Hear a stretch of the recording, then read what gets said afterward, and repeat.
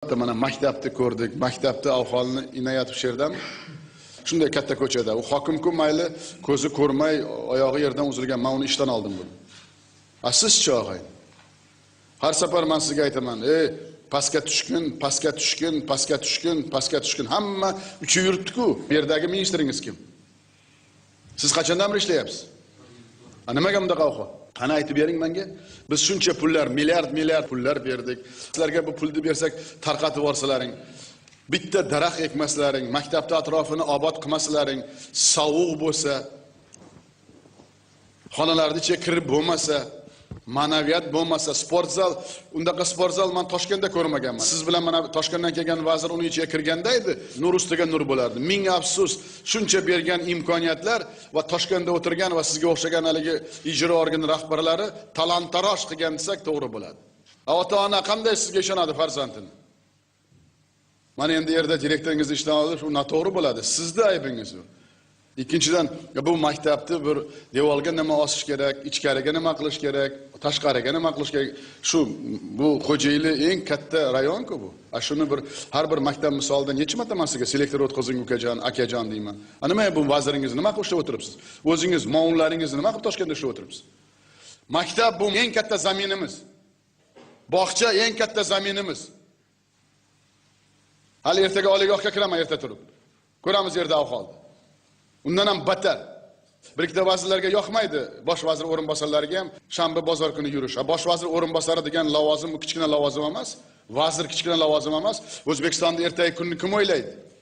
Respublika Abduhakimov, между прочим, раньше это тебе подчинялось. Вот твое наследство какое. Umuman bugungi ahvol na bitta yaxshi yo'l ko'rdim, na bitta imorat ko'rdim, na bitta detsat ko'rdim. Mana bizda ahvolimiz qanday? Lekin bitta narsa quvonchlarida odamlarda nimadandir umidi bor. Odamlarda nimadandir ishonchi bor. Mana qishloq vrachlik punkti ko'rdik, Adham Ilhamovich. Men savol beryapman. O'zi qishloq vrachlik punktining muddaosi nima? Patronaj. O'sha men sizga aytgan eng katta fojia malakali shifokor yo'q. Savol beryapman. Savol shundan iboratki, avvalambor yana o'sha eski tos hamma yer kafil Adham Ilhamovich. Kerak bo'lmagan joyda ham kafil bor, kerak bo'lgan joyda ham kafil bor. Toshkentdagi proyekt Qoraqalpog'istonga o'tmaydi. Maktabda ham siz bir paytda maktabda ham kurator bo'lgansiz. Shu bolnitsada ham u SSRdan qolgan sinib oynalar bir devorda bir tomonda 20 ta oyna. 20 ta oyna. Davlatni puli yo'q qilib shu plastik haligi qimmat oynalarni olib kelib qo'yib qo'ygansizlar. U qishda sovuq, yozda issiq. Shu qayerda bir odam yo'qmi? Bu Qoraqalpog'istonda sevgan odam yo'qmi? Qoraqalpog'istonda ertaga kuniga ishongan odam yo'qmi? U ega yo'qmi Qoraqalpog'istonda? Shuni bir maktablarda issiq qilsak, u bolnitsalarda issiq qilsak. Bolnitsani ahvolini qarang, Adham Ilhamovich. Благоустройство qarang. SSR payti ekilgan chinorlar. Maktabni qarang, Qoraqalpog'iston faqat nuqus bilan ko'z-ko'z qilish emas-ku.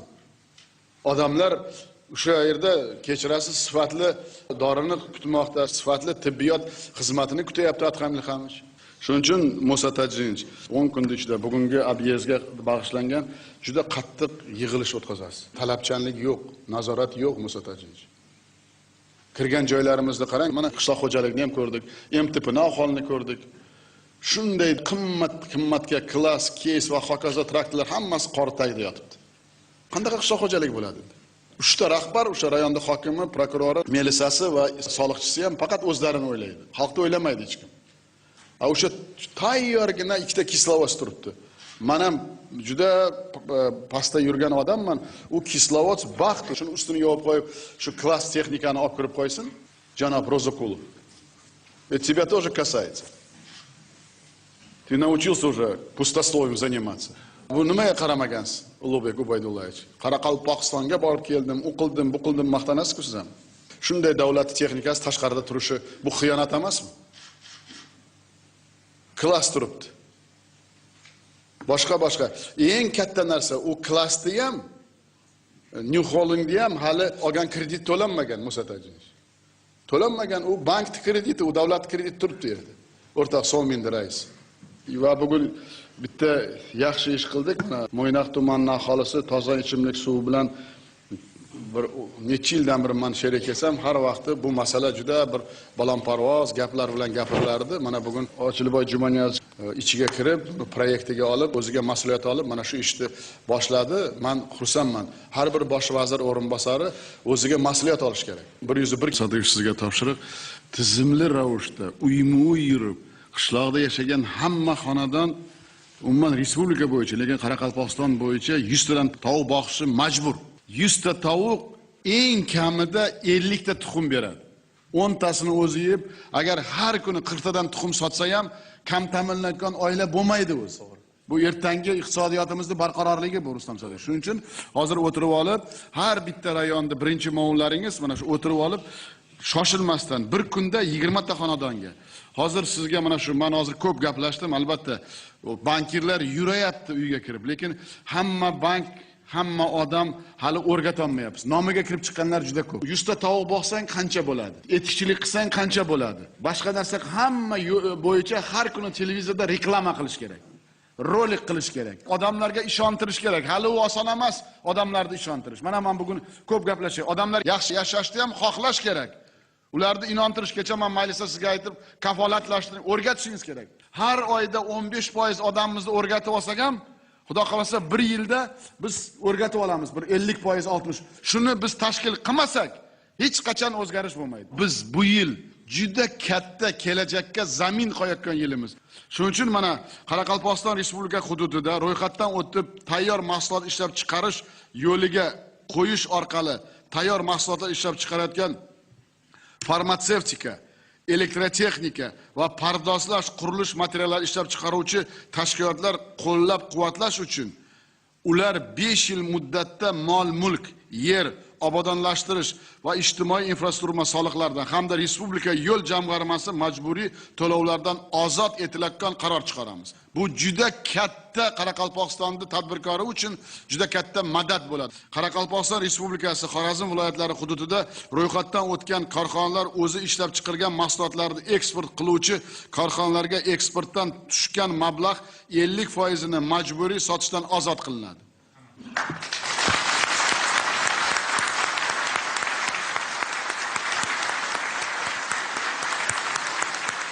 Bu juda katta imkoniyat. Bu davlatdan juda katta pulni olib biz shu tadbirkorga beryapmiz. Biz xudo xolasa 5-6 yil o'rgatib olaylik, keyin tadbirkor o'zi beradi. Tadbirkor o'zi xalqni boqib olsa bo'ldi bizga. Biz pulni nima uchun yig'amiz bankka o'zi? Mana 3-chi, Qoraqalpog'iston Respublikasi Xorazm viloyati hududida ro'yxatdan o'tgan korxona o'z mahsulotlari eksport qilish uchun temir yo'l va yuk tashuvchi korxonalar orqali davlat chegarasigacha yo'l uchun respublika ichidagi tariflar asosida to'lovlarni amalda oshirish. Mana bu ham qancha imkoniyat. 70% arzonlashadi. 70% ga arzonlashadi. Mana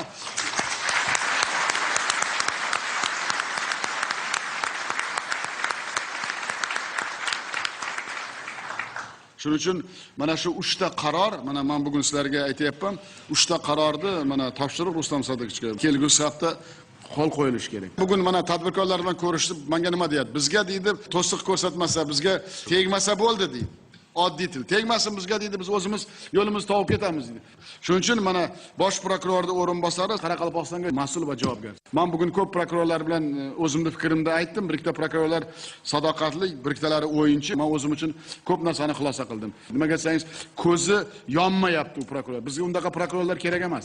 Bizga sog'lom, fidoi, mehnatsevar prokurorlar kerak. Mana kecha Xorazmdan bir prokuror chiqib shunday gapirdi. Men u bilan uzoqdan suhbat qildim, kim maylisda bo'lgan bo'lsa. Ko'zidan ko'rdim u fidoi. Nima uchun men odamlar bilan uchrashaman? Men odam izlayman. Ko'zi yongan sadoqatli odam bo'lsa bo'ldi. Bitta narsani bilaylik. Mana shu iqtisodiy kompleksning eng katta pirovard maqsadi oddiy odamni biz ishontira olsak. Har bir xonadon o'zini bolasini, yumushini, o'zini kichkinagina biznesini qilib beraylik bo'ldi. Ular biz bilan bizdan rozi bo'ladi. Avvalambor o'zimda atrofimdagi odamlar dunyoqarashini o'zgartirishim kerak. Endi zamon bizni ko'tarmaydi. Kim meni hech kim aldonmaydi. Men hamma bosh vazir o'rinbosarini nima qilganini hammasini bilaman. Bu hayot mamotimiz hal bo'layapti. Hayotimiz, ertaga odamlarimiz qaytib kelish kerak. Chet elda yurt odamlarimiz kelish kerak. Ishonsa agar tekstil bo'layapsa, keladi hammasi. Menga kredit beryapsiz, keladi hammasi. Eng katta maqsadim nima? Byudjet tashkilotining xodimi ishlagan pulidan oziq-ovqatga har yili 10% kamayish kerak. Qachon kamayadi? Mahsulot ko'p bo'lsa. Mahsulot qachon ko'p bo'ladi? Harakat qilsak. To'g'ri, bugun biz kirgan uylarga, biz kirgan xonadonlarda ularni ayblashimiz kerak emas, biz aybdor. Biz ularni o'rgata olmayapmiz, ishontira olmayapmiz. Kerak bo'lsa halollikka, poklikka, yaxshi yashashga inontirish kerak. Bu zamon shunday zamon hozir. O'zini bolasini o'zi boqishga. Nima uchun men bugun mana 4 ta 5 ta rayonda aynaldim? O'zim yurib aynalaman. O'zim odamlarni ko'zidan men bilaman. Qaysi yolg'on, qaysi chin. Iqtisodiy kompleks turistda 300 ta odam uymu yurib, bir oyda 10% ni yuramiz, ikkinchi oy 10% ni yuramiz. Kirgan xonadonimiz siyosatga xayrixoh qilib chiqishimiz kerak. Kirganimiz o'zgarish kerak. Mana shu uchun iqtisodiy kompleksda juda katta mana shu hozirgi ishlarimizda zamini ertaga odamlarni ishontirishda juda katta mas'uliyati va javobgarligi. Sizning tajribangiz juda katta. Mana shu masalalarda O'zbekiston Respublikasi bo'yicha va Qoraqalpog'iston Respublika bo'yicha mas'ul va javobgarsiz. Tushunarli. Bir odam rozi bo'lsa, sizlardan o'sha odam rozi bo'lsa, kimdan rozi? Davlatdan da rozi bo'ladi. Muhtaram Shavkat Miromon Chavalonbor, bugun siz achchiq so'zlarni gapirdingiz. Bizning so'qonli bo'yicha 2010-yilda mana tez tibbiy yordam bo'yicha o'z selektorlarni o'tkazib, barcha avtobazalarni tashkil qilib, bu yerga yangi spetsializiran avtotransport yuborganmiz. O'shandan keyin bir narsani qilmaganmiz bu bo'yicha ham. Yana bitta masala 2012-yilda investitsiya dasturidan tashqari siz o'zingiz mablag'larni topib, Uchebniy korpus Toshkent pediatriya institutini klinikani ochgansiz va buni biz shuncha kutib ham baribir ham bugun ham siz tashabbus sizning nomingizdan chiqyapti. Mana 120 ko'ykali eng zamonaviy klinikani ochamiz. Biz Qoraqalpog'istonda eng zamonaviy markaz qilishimiz kerak, lekin markaz qurishimiz mumkin, lekin ichidagi domlalar o'sha Rossiyaning eng rivojlangan markazlarini bu yerga olib kelib ishlatamizda. Operatsiya nomi eng nomdor haligi operatsiya. Avvalambor ular dars beradi bizga. Bizda pediatriya bilim yurtimizda. Ikkinchidan operatsiya qiladi. Uchinchidan poliklinikada rayonma-rayon yoshlarni qabul qiladi. Ana shunday qilib biz Qoraqalpog'istonda davolanishiga bo'lgan juda katta markaz, ertaga borib tosh qo'yamiz, puli ham bor, eng zamonaviy uskuna olib kelamiz. Xudo xolasa, qanday og'ir bo'lmasa ham mustaqillik 26 yilligiga ochishimiz kerak. Qoraqalpog'istondagi bolalarimizga ular rozi bo'lsin, ota-onalari rozi qilsin. Bitta ota-onani boshiga bu kulfat tushsa, butun borlig'ini berib, Rossiyaga borib, Hindistonga borib, Koreyaga borib, pulni tashab kelyapti. Lekin qancha mashaqqat bilan qilyapti. Bizda o'zimiz mana shu davlat miqyosida bu qilsak, odamlar men o'ylayman juda Qoraqalpog'istonda vaziyat boshqacha o'zgaradi va ota-onalar mana butun televizor eshityapti, selektorda odamlar rozi bo'ladi. Umuman hurmatli bugun yig'ilish qatnashchilari, mustaqillik yillarida muhtaram Islom Abdug'aniyevich, hurmatli aziz prezidentimiz juda katta tizim yaratib berdilar. Bitta odamni ham minnidan qon qanotmasdan mana shu kunda bizga olib kelib berdi. Zamin bor. Shuncha qilgan harakatlari zamin bor. Endi bu zaminni, bu fundamentni uy qilishimiz kerak. Adolatli uy. Bugungi aytgan gaplarni mujassam qilib aytganda bitta narsa natija. Natija shuki, hamma ayb ijro organida bizda. Xalqimiz mana eshityapti. Ertaga ana shu rayonda hokimlari, mana bosh vazir o'rinbosarlari bozor kuni televizorda chiqqandan keyin kelgusi hafta har bir rayonda hokimini o'zi, prokurori, ichki ishlari, soliqchisi mana shu gaplarni butun xalqni yig'ib murojaat qabul qilish kerak. Murojaat nimadan iborat? Murojaat mas'uliyat va javobgarlik qanday ekan? Men bugun hokim bo'lib, prokuror bo'lib, ichki ishlar boshlig'i, soliq bo'lib, javobgarligim va mas'uliyatim vatanim uchun, xalqim uchun men kafolat beraman. Endi Qoraqalpog'iston rahbarlari bugungidek ishlashi haqqi yo'q. Mumkin emas, sharoit ham ko'tarmaydi. Nima uchun o'zim keldim? Men atrofimdagilar ham qog'ozga o'rganib qolgan. Endi bundan bag'i u qog'oz ko'tarmaydi. Bitta narsa ko'taradi, xalqni bahosi ko'taradi. Bir narsani bilinglar, tinchlik, osoyishtalik tizimini biz albatta davom etamiz. Eng katta masalamiz endi shu tizimni mas'uliyat va javobgarlik, sifat va muddat. Ana shu aytgan gaplarga nazorat va intizom qattiq bo'ladi. Hamma sohada, hammalaringga mana bugun mana selektor orqali butun Qoraqalpoq xalqiga yana o'zimni cheksiz mehrim, muhabbatimni bildirib, sizlar bilan Xudo xolasa ko'proq ko'rishamiz endi. Ko'proq mana shunday suhbatlar bo'ladi. Qoraqalpog'iston xalqi endi yaxshi yashashga haqqi bor va qonuniy talablarini so'rashga ham vaqt soati keldi. Odamlar ko'ngli tinch bo'lish kerak. tinch va mana shu siyosatga sizlar hammamiz birga inontirib, ishontirib amalga oshirsak, umrimiz hammamizda, lavozimda ham, hayotda ham juda uzoq bo'ladi. Aman sizlarda hammalaringga umrlaring ham amalda, ham hayotda uzoq bo'lishini tilab, men sizlar bilan xayrlashmoqchiman. Sog' bo'ling.